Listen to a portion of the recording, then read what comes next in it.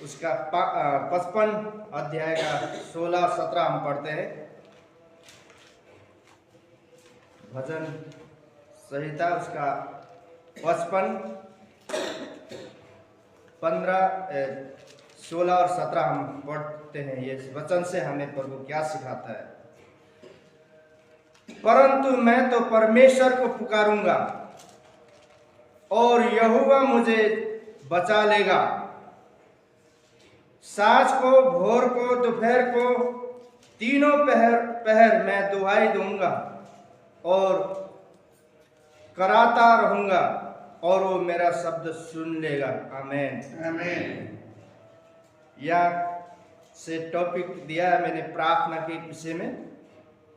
यहाँ दाऊद राजा बहुत ही कॉन्फिडेंस के साथ मेरी सुन लेगा बोलता है। ये कॉन्फिडेंस, ऐसा विश्वास उसके पास है। क्या हम में यूं गौर करें, अपने आप को झांके। यहाँ दाऊद कह रहा है, और ये कॉन्फिडेंस कहां से आता है? प्रार्थना के द्वारा। उसने बोला भोर हो, दोपहर हो, साँझ हो, हर समय में उसका नाम लेता हूं और मैं उसका दुहाई देता हूं, मैं विनती करता हूं। वहां से उसको कॉन्फिडेंस आता है, विश्वास आता है, बोलने की शक्ति आता है।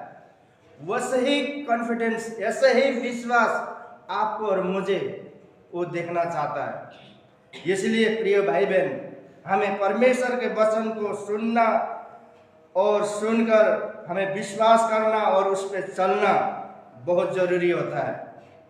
इसलिए वो यही कहता है कि मेरा शब्द वो सुन लेगा, क्योंकि उसे कॉन्फिडेंस था, क्योंकि वो परमेश्वर के से बहुत ही ज्यादा विश्वास था। जो भी काम करता, जितने भी युद्ध लड़ता, वो यही कह कर लड़काता दुश्मन को कि मैं परमेश्वर की ओर से हूं और मेरा यहोवा मुझे जीत दिलाएगा बोल के बहुत विश्वास। कोई भी काम करता ना, एक विश्वास होता है, मैं तो करूंगा ही बोलकर यहाँ एक विश्वास होता है। लेकिन उन लोगों की दुआई को नहीं सुनता। जैसे मरकुस हम पढ़ते हैं 7:6-7 में उसने कहा, उनसे कहा, यशायाह ने तुम कपटियों के विषय में बहुत ठीक भविष्यवाणी की है।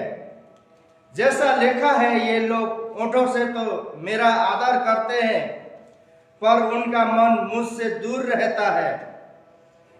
ये व्यर्थ मेरी उपासना करते हैं, क्योंकि मनुष्य की आज्ञाओं को धर्म प्रदेश करके सिखाते हैं। आमीन। यह बोला गया है कि ये लोगों की प्रार्थना प्रभु तक नहीं पहुंचती, न तो वो सुनता है, उनसे मुंह ढांप लेता है।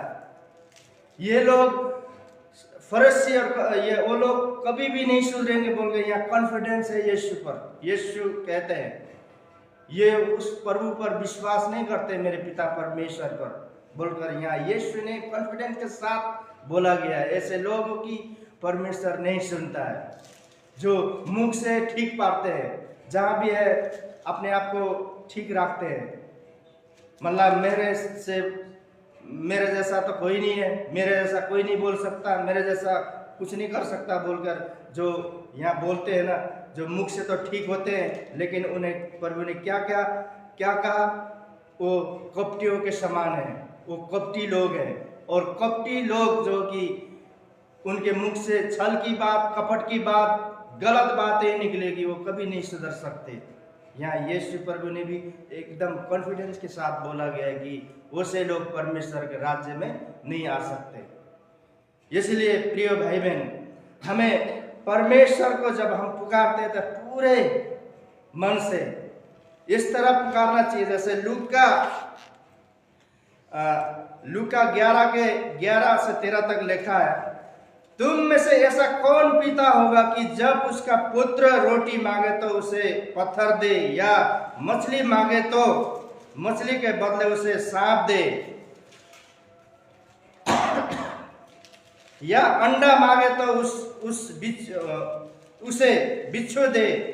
अंत जब तुम बुरे होकर अपने बच्चों को अच्छी वस्तुएं देना जानते हो तो स्वर्गीय पिता अपने मांगने वाले को पवित्र आत्मा क्यों नहीं देगा।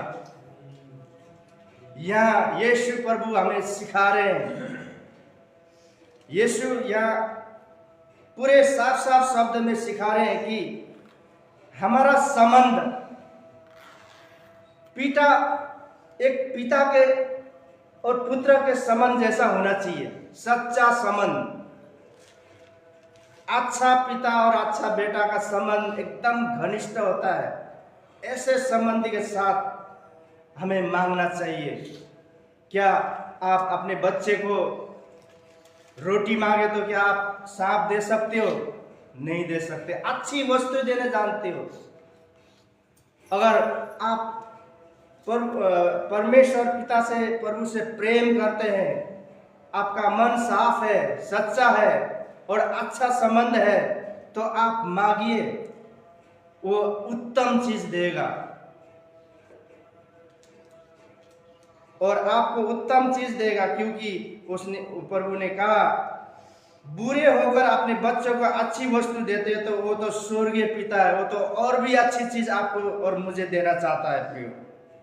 लेकिन हम मांगते कैसे हैं? जैसे मांगने के लिए बताया गया है, हमें ढिंढोरा नहीं पीटना चाहिए। इसलिए मत्ती 6:6 में बोला है, परंतु तू जब प्रार्थना करे तो अपने भीतरी कक्ष में जा और द्वार बंद कर उसके अपने पिता से जो गुप्त में है प्रार्थना कर, और तेरा पिता जो गुप्त में है देखता है तुझे प्रतिफल देगा।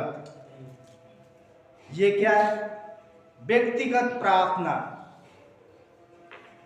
अगर हमें प्रार्थना करने में आगे बढ़ना है तो हमें व्यक्तिगत, दुनिया को दिखा कर चिल्ला कर नहीं। आपको कोई भी चीज की कमी लग रहा है, मुझमें बहुत कमी है, उससे मांगे, द्वार बंद करके घर में, लेकिन वो गुप्त में।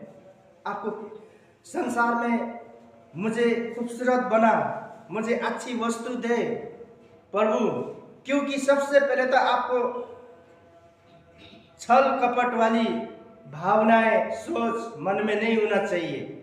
दाऊद की तरह खुला मन वाला, सच्चा होना चाहिए। तभी आपके गुप्त प्रार्थना का उत्तर तभी मिलेगा। हमारा मन साफ है, दिमाग साफ है और हमारी आवाज वहां पहुंचती है।